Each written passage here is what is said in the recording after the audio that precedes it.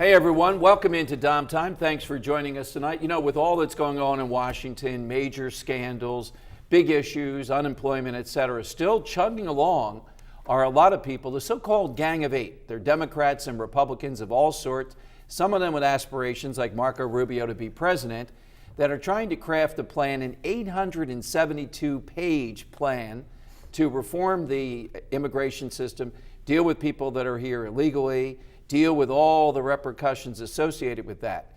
And joining us tonight is someone that I've talked with before about this with wide experience, I think, given that she's a pundit, radio, TV, Philadelphia Daily News columnist, and someone who is, by her day job, an immigration attorney. Christine Flowers, thanks for joining us. Hi, Dom.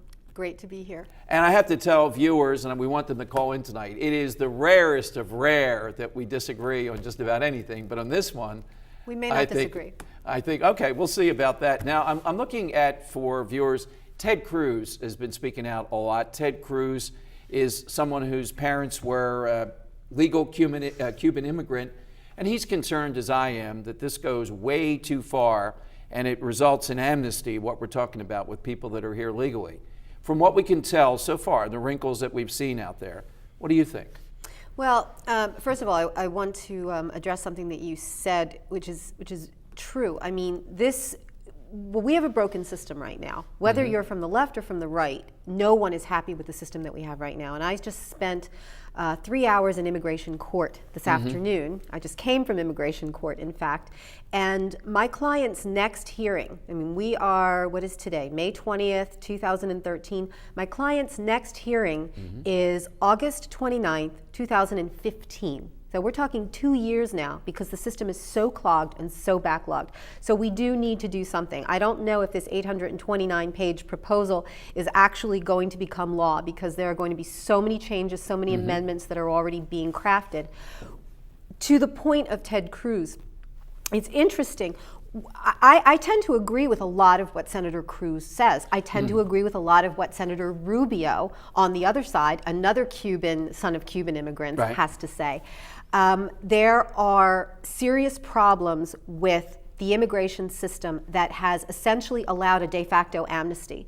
We've allowed 11 million people to come into the United States without controls and to remain in the United States. We don't know who they are. We have no monitoring system for them. So it's in our national security interest to be able to classify, quantify, and legalize them.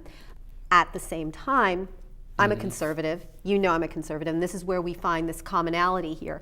We cannot listen to those on the left who are immigration activists who say we have to concern ourselves with legalization separate and apart from securing the borders. That needs to be done first. Okay, that but needs to let's say, I think a lot of viewers, Christine, share that and want to be reasonable. Even if we secure the border, after that, why would someone who comes here illegally have a path towards citizenship? Well, and let's clarify the difference between citizenship and legalization. Okay. This citizenship, you're a citizen, I'm a citizen, we can vote, we have all the attributes and affects of being fully of this country. What this plan proposes is not immediate citizenship. There is a pathway, it's a 13-year pathway to ultimate citizenship. During that period of time, during that 13 years leading up to citizenship, the person is legalized. The person is in a legal status, which means they're able to work, they're able to pay taxes, they're able to travel. They can't vote, they can't get any kind of federal benefits such as, they shouldn't be able to get any benefits such as welfare or Medicaid. Tell me then, why does Christine Flowers think not one, but two, and today a third, or the last 48 hours, of these big immigration people that you deal with, the unions, those that are associated with them, they've come out against this and they talk about whatever you put down on paper is not going to be what happens in reality? Well, I think because they're looking at what happened back in 1986 with EMACT, IMMACT.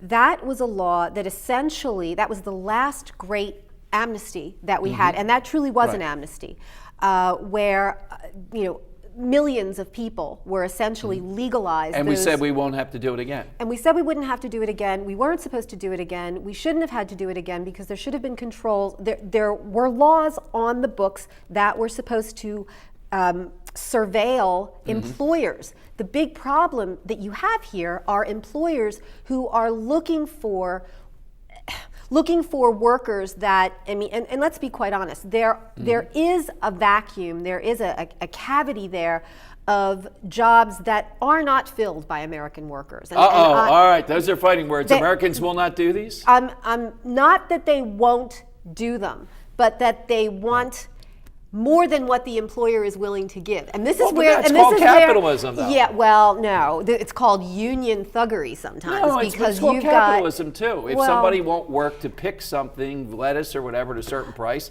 they'll work at another price. But the problem is, Dom, and in a perfect world, I would agree with you. The market dictates the prices, but the market doesn't do that because you've got in this country such a creeping of unionism, and you've got artificially high rates of employment, artificially high remuneration, salaries. And so, while I'm not saying that we want to have this slave class, this these guest workers who are basically slaves and doing low-wage jobs, we do have to look at the realities of the economy.